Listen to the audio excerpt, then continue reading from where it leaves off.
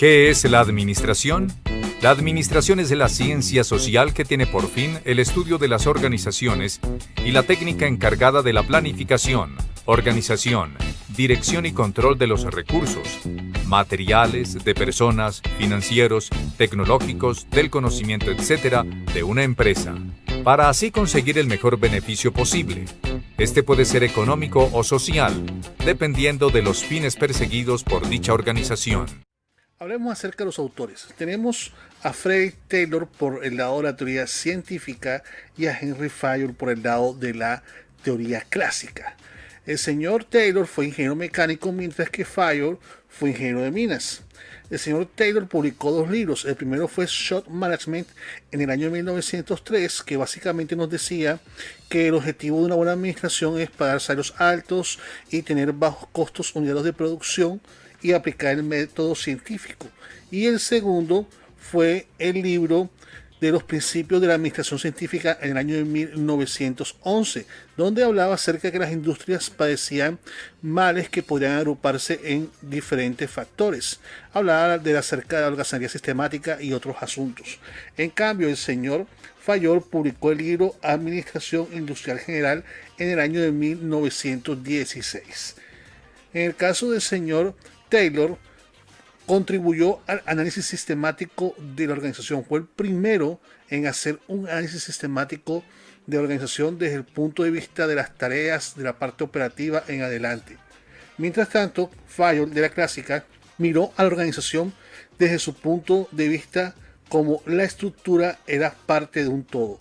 Es decir, miró a la organización y esa estructura como un todo, algo sistemático, algo holístico, algo que era general para toda la organización.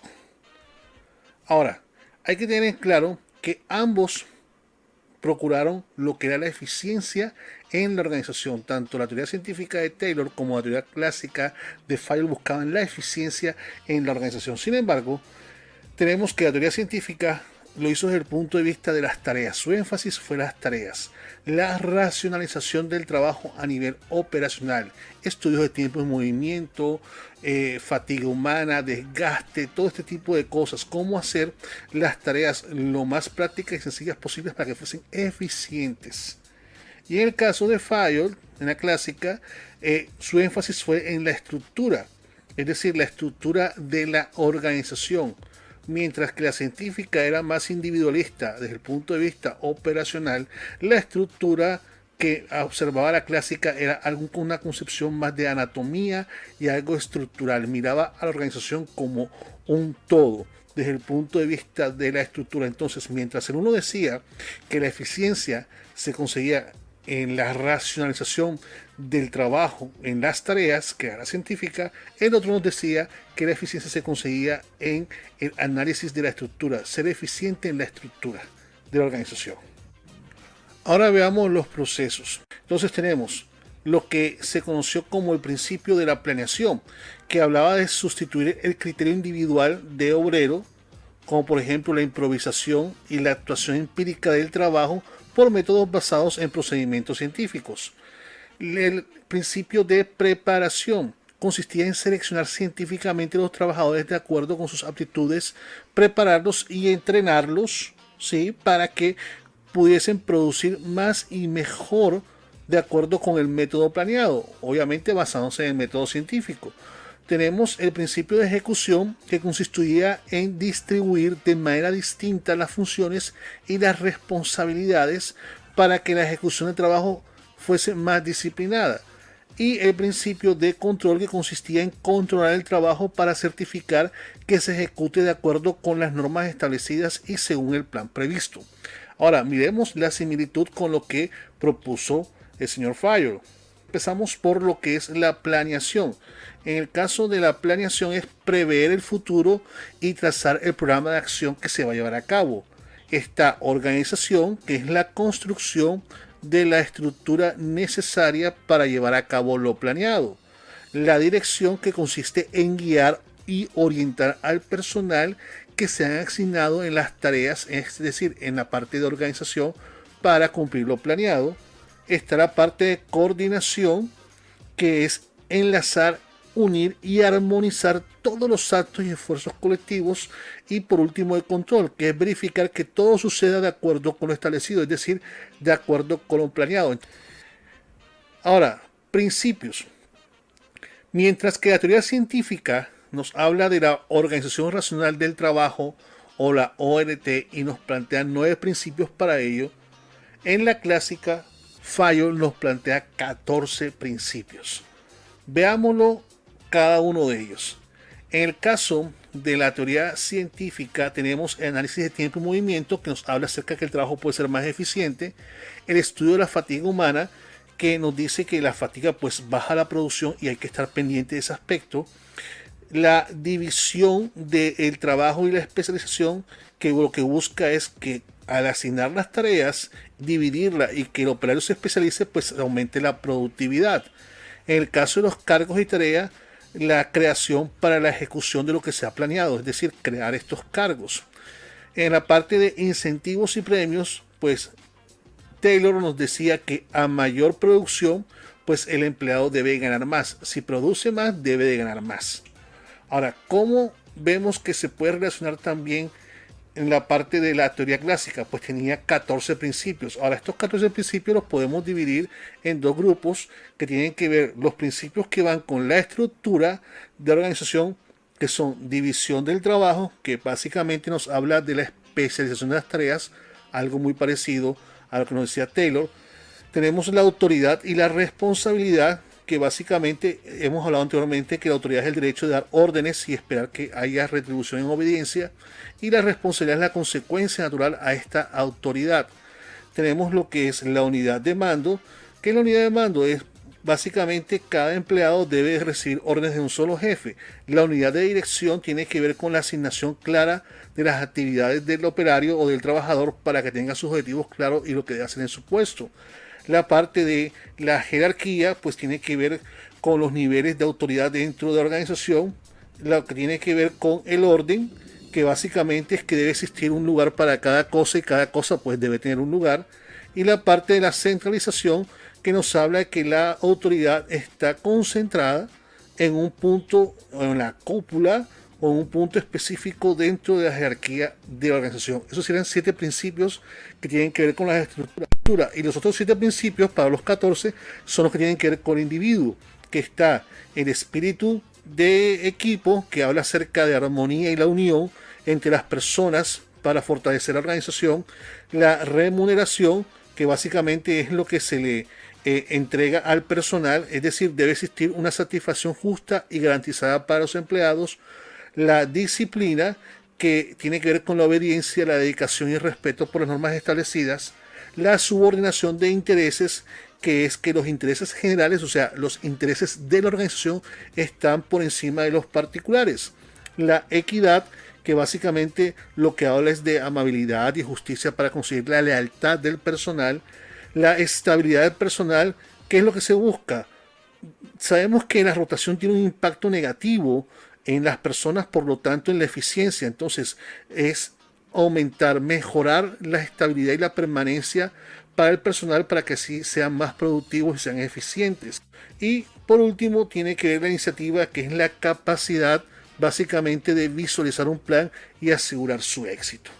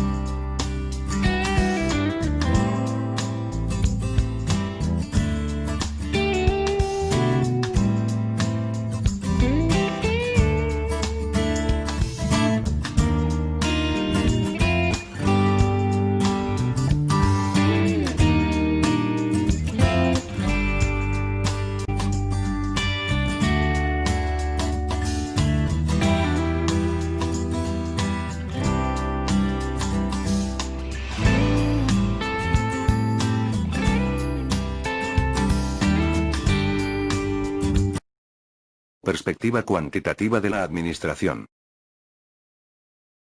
¿Qué es? Es la solución a problemas de administración, mediante técnicas matemáticas. Existen 3 técnicas utilizadas en la administración. La técnica estadística se dedica a la recolección de datos propios de la empresa, para un posterior análisis en el que se verá cómo está rindiendo la empresa. La probabilidad. Esta es útil para realizar proyecciones futuras que sirven a la vez para proceso de planeación. En la administración suelen usarse fórmulas matemáticas sofisticadas que van encadenadas con las 2 técnicas anteriores. Otro aspecto importante es la investigación, ya que con ella se pueden realizar preguntas, plantear y probar hipótesis. Para lograr el objetivo de la investigación se usa la estadística mencionada anteriormente. Todo lo mencionado anteriormente va encaminado a lograr el máximo de asertividad respecto a las decisiones tomadas y formarse como empresa competente. Es característico de la perspectiva cuantitativa de la administración, lo siguiente. Le da gran importancia al método científico. Segundo, utiliza sistemas para las soluciones a los problemas que se presenten. Tercero, cuantificación y utilización de procedimientos matemáticos y estadísticos. Por último, las teorías de decisión. En ellas se debe conseguir que se hagan las cosas, estableciendo principios para lograr una acción combinada entre grupos. Esta se debe dividir en etapas. Existen 2 tipos de decisiones. Las programadas, en la que los datos son adecuados y repetitivos, hay certeza en la decisión y se mantienen iguales las condiciones en la mayoría de los casos. Las no programadas, los datos son inadecuados, hay incertidumbre y las condiciones van cambiando a través del tiempo. Estas decisiones requieren de más planeación y control. Existen 2 modelos matemáticos en la administración. Problema estructurado. En ella hay decisiones bajo riesgo, incertidumbre o certeza.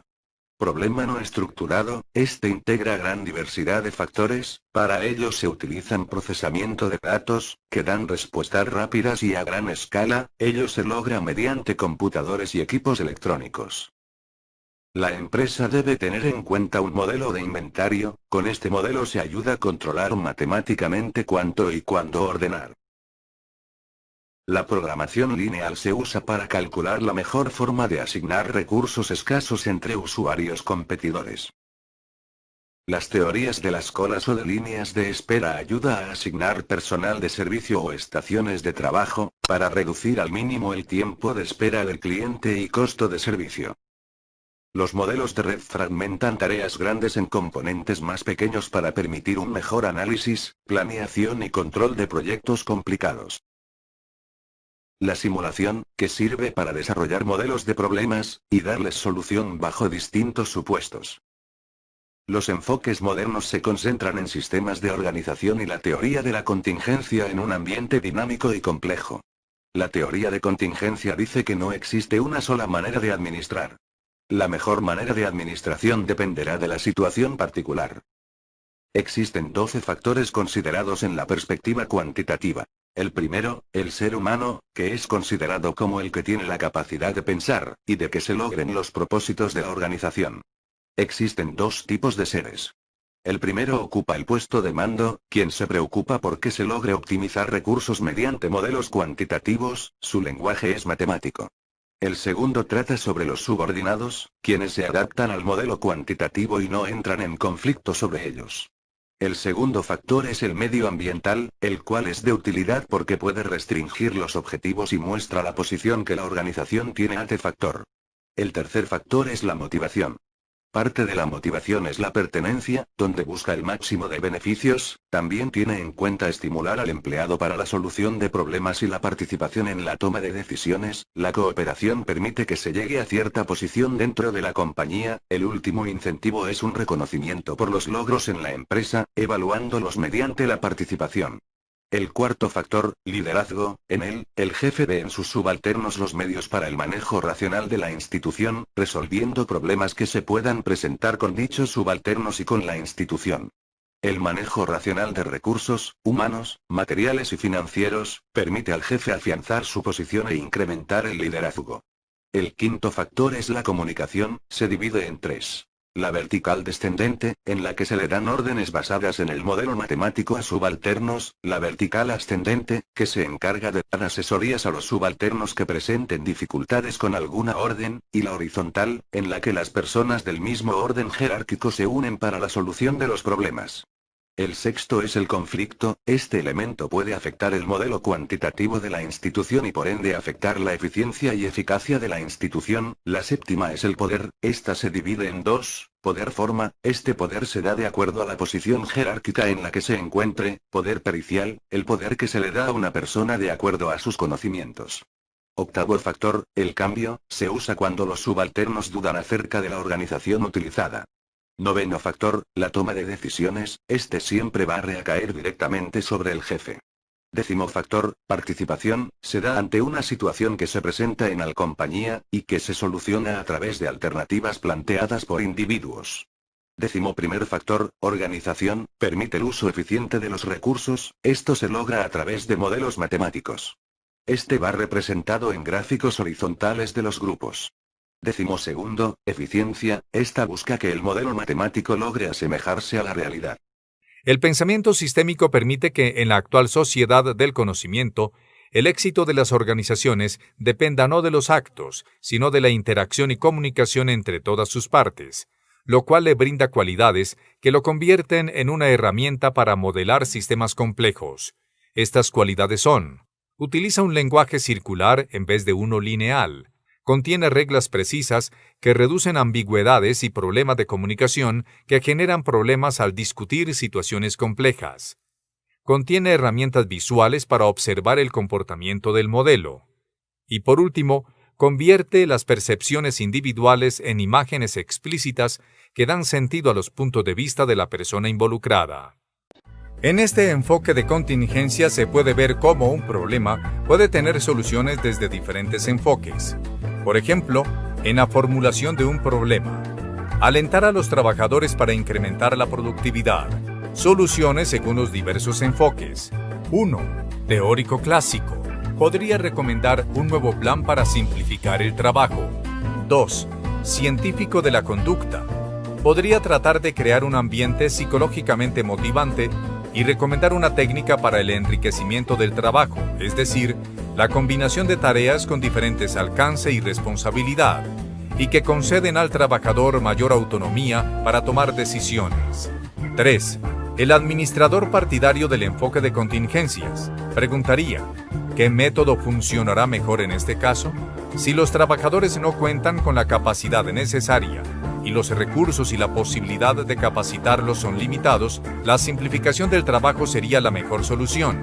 No obstante, con trabajadores capacitados y orgullosos de sus capacidades, un programa de enriquecimiento del trabajo podría ser más eficaz. Según Stoner, Freeman y Gilbert, en el enfoque del compromiso dinámico posee dos variantes: la estrategia competitiva. Se refiere a la forma en que los gerentes pueden influir en las condiciones de una industria cuando interactúan como contrincantes, compradores, proveedores, etc. Creada por Michael Porter y la sustentada por Edward y Jan Gerne en Management for a Small Planet, que coloca los intereses ecológicos en el centro de la teoría de la administración. Además, los enfoques del compromiso dinámico prestan gran atención a los valores que mueven al personal de sus organizaciones, la cultura de la sociedad que implica dichos valores, incluyendo además los que poseen las personas ajenas a esta. La toma de decisiones es el proceso mediante el cual se realiza una elección entre las opciones o formas para resolver diferentes situaciones de la vida en diferentes contextos, a nivel laboral, familiar, sentimental, empresarial, utilizando metodologías que brinda la administración. La toma de decisiones consiste básicamente en elegir una opción entre las disponibles a los efectos de resolver un problema actual o potencial. La toma de decisiones a nivel individual se caracteriza por el hecho de que una persona haga uso de su razonamiento y su pensamiento para elegir una solución a un problema que se le presenta en la vida. Es decir, si una persona tiene un problema, deberá ser capaz de resolverlo individualmente, tomando decisiones con ese específico motivo.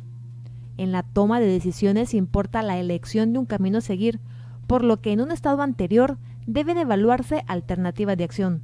Si estas últimas no están presentes, no existiría decisión. Para tomar una decisión cualquiera que sea su naturaleza, es necesario conocer, comprender, analizar un problema, para así poder darle solución. En algunos casos, por ser tan simple y cotidiano, este proceso se realiza de forma implícita y se soluciona muy rápidamente, pero existen otros casos en los cuales las consecuencias de una mala o buena elección pueden tener repercusiones en la vida, y si es en un contexto laboral, en el éxito o fracaso de la organización, para lo cual es necesario realizar un proceso más estructurado que pueda dar más seguridad e información para resolver el problema. Las decisiones nos atañen a todos, ya que gracias a ellas podemos tener una opinión crítica. El proceso de toma de decisiones consiste en una serie de etapas. Las mismas pueden ser tan resumidas o tan extensas como se desee. Las principales son las siguientes. Primero, comenzamos identificando y analizando el problema. Esta etapa consiste en comprender la condición del momento de visualizar la condición deseada, es decir, encontrar el problema y reconocer que se debe tomar una decisión para llegar a la solución de este. El problema puede ser actual, porque existe una brecha entre la condición presente, real, y la deseada, o potencial, porque se estima que dicha brecha va a existir en el futuro. En la identificación del problema es necesario tener una visión clara y objetiva, tener bien claro el término que se va a alterar, es decir, escuchar las ideologías de los demás para así poder formular una posible solución colectiva. Luego de haber identificado el problema, continuamos identificando los criterios de decisión y los ponderamos. Esto consiste en identificar aquellos aspectos que son relevantes al momento de tomar la decisión, es decir, aquellas pautas de las cuales depende la decisión que se tome. La ponderación es asignarle un valor relativo a la importancia de cada criterio en la decisión, ya que todos son importantes, pero no de igual forma. Muchas veces la identificación de los criterios no se realiza en forma consciente previa a las siguientes etapas, sino que las decisiones se toman sin explicitar los mismos, a partir de la experiencia personal de las personas que toman la decisión. En la práctica, cuando se deben tomar decisiones muy complejas y en particular en grupo, puede resultar útil explicarlos, para evitar que al momento de analizar las opciones se manipulen los criterios para favorecer a una u otra opción de solución óptima. Y luego de haber identificado el problema y los criterios y su ponderación, seguimos definiendo la prioridad para atender el problema. La definición de la prioridad se basa en el impacto y en la urgencia que se tiene para atender y resolver el problema. Esto es, el impacto se describe como el potencial al cual se encuentra vulnerable, y la urgencia muestra el tiempo disponible que se cuenta para evitar o al menos reducir este impacto. Una vez esto, empezamos a generar las opciones de solución. Esto consiste en desarrollar distintas posibles soluciones al problema. Si bien no resulta posible en la mayoría de los casos conocer todos los posibles caminos que se pueden tomar para solucionar el problema, cuantas más opciones se tengan, va a ser mucho más probable que se encuentre una que realmente sea satisfactoria. De todos modos, el desarrollo de un número exagerado de opciones puede tornar la elección sumamente dificultosa, y por ello tampoco es necesariamente favorable continuar desarrollando opciones en forma indefinida. En esta etapa es importante la creatividad de los tomadores de decisión. Luego de este paso, evaluamos las opciones. Esto consiste en hacer un estudio detallado de cada una de las posibles soluciones que se generaron para el problema, es decir, mirar sus ventajas y desventajas de forma individual con respecto a los criterios de decisión y una con respecto a la otra, asignándoles un valor ponderado. Como se explicó antes, según los contextos en los cuales se toma la decisión, esta evaluación va a ser más o menos exacta. Existen herramientas en particular para la administración de empresas que permiten evaluar diferentes opciones y estas se conocen como los métodos cuantitativos. En esta etapa del proceso es importante el análisis crítico como cualidad del tomador de decisiones. Una vez se han evaluado las opciones, se elige la mejor. En este paso se escoge la opción que según la evaluación va a obtener mejores resultados para el problema. Los siguientes términos pueden ayudar a tomar la decisión según el resultado que se busque. Por ejemplo, buscamos una solución que maximice, esto es, tomar la mejor posible. Que satisfaga, elegir la primera opción que sea mínimamente aceptable, satisfaciendo de esta forma una meta o un objetivo buscado. O buscar una opción que optimice, la que genere el mejor equilibrio posible entre distintas metas. Cuando se ha seleccionado la opción, se aplica poner en marcha la decisión tomada para así poder evaluar si la decisión fue o no acertada. La implementación probablemente derive en la toma de nuevas decisiones de menor importancia. Una vez se aplica, como todo, debe evaluarse los resultados que provienen de la misma. Después de poner en marcha esta decisión, es necesario evaluar si se solucionó o no el problema, es decir, si la decisión está teniendo el resultado esperado o no. Si el resultado no es el que se esperaba, se debe mirar si es porque debe darse un poco más de tiempo para obtenerlos o si definitivamente la decisión no fue la acertada. En este caso, se debe iniciar el proceso de nuevo para hallar una nueva decisión. El nuevo proceso que se inicie en caso de que la solución haya sido errónea contará con más información y se tendrá conocimiento de los errores cometidos en el primer intento. Además, se debe tener conciencia de que estos procesos de decisión están en continuo cambio, es decir, las decisiones que se tomen continuamente van a tener que ser modificadas o evaluadas por la evolución que tenga el sistema o por la aparición de nuevas variables que lo afecten. Análisis estructural prospectivo. El análisis estructural prospectivo es una herramienta utilizada en prospectiva para estructurar la reflexión colectiva sobre el futuro de un sistema determinado, una empresa u organización, un sector de actividad, un territorio, etc. Es decir, el análisis estructural prospectivo permite estudiar y reflexionar sobre el futuro del sistema que va a ser nuestro objeto de análisis, la organización X, el sector de actividad Y, el territorio Z, o el sistema de salud o el educativo, o el de innovación en tal o cual lugar, con ayuda de una matriz o matriz de análisis estructural, que relaciona todos los elementos que constituyen dicho sistema. Tras definir y delimitar previamente, lo más claramente que podamos el sistema que queremos estudiar, el método tiene por objetivo identificar las principales variables que determinan el futuro de dicho sistema, es decir, del sector, la empresa, la organización, la institución, el territorio, el tema que estemos analizando. El análisis estructural se realiza por un grupo de trabajo compuesto por actores y expertos con experiencia demostrada, pero ello no excluye la intervención de consejeros externos. Las diferentes fases del método son las siguientes. 1. Listado de las variables. 2. La descripción de relaciones entre variables y 3. La identificación de variables clave. Fase 1. Listado de las variables. La primera etapa consiste en enumerar el conjunto de variables que caracterizan el sistema estudiado y su entorno, tanto las variables internas como las externas. En el curso de esta fase conviene ser lo más exhaustivo posible y no excluir a priori ninguna pista de investigación.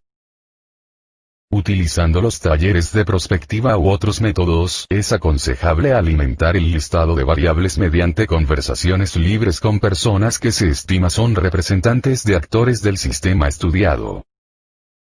Finalmente, se obtiene una lista homogénea de variables internas y externas al sistema considerado. La experiencia demuestra que esta lista no debe exceder el número de 70-80 variables, habiendo tomado suficiente tiempo para circunscribir el sistema estudiado. La explicación detallada de las variables es indispensable, facilita el seguimiento del análisis y la localización de relaciones entre estas variables y ello permite constituir la base de temas necesarios para toda reflexión prospectiva. Se recomienda también establecer una definición precisa para cada una de las variables, de trazar sus evoluciones pasadas, de identificar las variables que han dado origen a esta evolución, de caracterizar su situación actual y de descubrir las tendencias o rupturas futuras. Fase 2. Descripción de relaciones entre las variables. Bajo un prisma de sistema, una variable existe únicamente por su tejido relacional con las otras variables. También el análisis estructural se ocupa de relacionar las variables en un tablero de doble entrada o matriz de relaciones directas. Lo efectúa un grupo de una docena de personas, que hayan participado previamente en el listado de variables y en su definición, que rellenan a lo largo de 2-3 días la matriz del análisis estructural. El relleno es cualitativo. Por cada pareja de variables, se plantean las cuestiones siguientes. ¿Existe una relación de influencia directa entre la variable y la variable j? Si es que no, anotamos 0, en el caso contrario, nos preguntamos si esta relación de influencia directa es, débil 1, mediana 2, fuerte 3 o potencial 4. Fase 3, identificación de las variables clave con el MICMAC. Esta fase consiste en la identificación de variables clave, es decir, esenciales a la evolución del sistema, en primer lugar mediante una clasificación directa de realización fácil, y posteriormente por una clasificación indirecta llamada MICMAC, o matrices de impactos cruzados multiplicación aplicada para una clasificación. Esta clasificación indirecta se obtiene después de la elevación en potencia de la matriz. La comparación de la jerarquización de las variables en las diferentes clasificación directa, indirecta y potencial es un proceso rico en enseñanzas. Ello permite confirmar la importancia de ciertas variables, pero de igual manera permite desvelar ciertas variables que en razón de sus acciones indirectas juegan un papel principal y que la clasificación directa no ponía de manifiesto. Si como sector imaginamos el futuro con los recursos y conocimientos que tenemos, podremos diseñar acciones concretas para enfrentarlo. La metodología de planificación de escenarios es un proceso que ayuda a desarrollar estrategias que ofrezcan la mejor oportunidad de éxito para el futuro. A largo plazo, las tendencias actuales podrían cambiar. Avances tecnológicos, cambios en la economía o climáticos son solo algunos factores que podrían transformar la situación de nuestro entorno. Cuando nos preguntamos, ¿qué pasaría si? Exploramos probabilidades de una manera amplia e innovadora. El propósito de esta metodología no es predecir el futuro, sino más bien, dentro de una selección de futuros creíbles, desarrollar y poner a prueba opciones estratégicas que nos preparen para enfrentar los retos del mañana. 5 cosas que debes saber sobre la planificación de escenarios. Primero, se presentan datos sociales, económicos y demográficos para que los escenarios estén basados en supuestos reales. Se inicia un proceso de discusión entre los grupos de personas claves del sector para ganar conocimiento sobre los posibles escenarios futuros y sus diseños. Colectivamente, se diseñan los posibles escenarios futuros no como predicciones, sino como una serie de historias que describen las diferentes posibilidades. Se diseñan acciones colectivas para atender cada escenario. Se designan grupos de trabajos que puedan ejecutar las acciones colectivas. Cabe destacar el origen de dicho método, pues su nombre proviene del antiguo oráculo de Delfos que se encontraba en la antigua Grecia, y al que se acudía para hacer preguntas al dios a través de una sacerdotisa. Su éxito residía por la gran cantidad de aciertos en sus predicciones. En los años 50 es cuando comienza su uso como instrumento para realizar predicciones sobre catástrofes nucleares en un centro de investigación de los Estados Unidos. Concepto. El método Delphi es una técnica prospectiva para obtener información esencialmente cualitativa, pero relativamente precisa acerca del futuro. Consiste en la selección de un grupo de expertos a los que se les pregunta su opinión sobre cuestiones referidas a acontecimientos del futuro de un tema específico. Sus características son: anonimato de los que intervienen.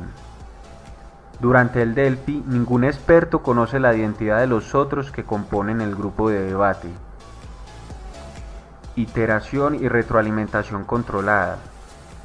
La iteración se consigue al presentar varias veces el mismo cuestionario, lo que permite disminuir el espacio intercuartil, ya que se consigue que los expertos vayan conociendo los diferentes puntos y puedan ir modificando su opinión. Respuesta del grupo en forma estadística. La información que se presenta a los expertos no es solo el punto de vista de la mayoría, sino que se presentan todas las opiniones indicando el grado de acuerdo que se ha obtenido. Fases del método. Fase 1. Formulación del problema. Fase 2. Selección de expertos. Fase 3. Elaboración y lanzamiento de cuestionarios. Y fase 4. Explotación de resultados. Proceso. Su funcionamiento se basa en la elaboración de un cuestionario que es contestado por los expertos. Una vez recibida la información, se vuelve a realizar otro cuestionario basado en el anterior para ser contestado de nuevo. Y finalmente, el responsable del estudio elabora sus conclusiones a partir de la explotación estadística de los datos obtenidos. Ventajas. Elimina o aminora los efectos negativos de las reuniones de grupo cara a cara. El horizonte de análisis puede ser variado. Permite la participación de un gran número de personas sin que se forme el caos y el consenso logrado da credibilidad. Desventajas. Su elevado costo. Su tiempo de ejecución desde el periodo de formulación hasta la obtención de los resultados finales. Sesgos en la elección correcta de los participantes. Y el éxito del método depende de la calidad de los participantes. Con la globalización, el comercio mundial ha seguido su expansión a un ritmo más rápido de lo que parecían predecir en el pasado las relaciones entre el crecimiento del comercio y del producto. Ello se debe a la liberación del comercio internacional y la tendencia a la convertibilidad en la cuenta corriente de la balanza de pagos que se ha producido en los últimos años y a las dinámicas fuerzas de la mundialización.